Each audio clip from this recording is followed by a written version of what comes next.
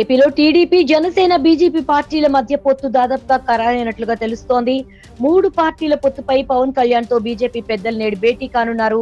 చంద్రబాబుతో అమిత్ షా, జేపీ నడ్డాలు ఇప్పటికే చర్చలు జరిపారు. నిన్నటి భేటీలో పొత్తుపై కాస్త క్లారిటీ రాగా నేడు పవన్ తో భేటీ అనంతరం పూర్తి క్లారిటీ వచ్చే అవకాశం ఉంది. 2014 ఎన్నికల్లో 3 పార్టీలు కలిసి వెళ్లడంతో ఏపీలో విజయం సాధించామని, ఈసారి కూడా 3 పార్టీలు కలిసి వెళ్తే ఏపీలో అధికారంలోకి వస్తామనే భావనలో పవన్ కళ్యాణ్ ఉన్నారు. 3 పార్టీల మధ్య పొత్తు కోసం మొదటి నుంచి Pawan Kalyan పట్టుబడుతున్నారు.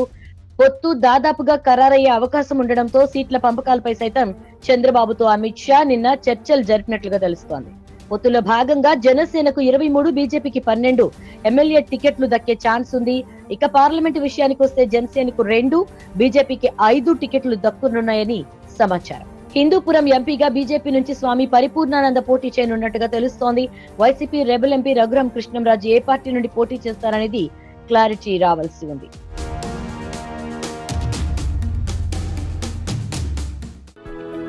For more interesting updates, do like, share and subscribe to Volga News.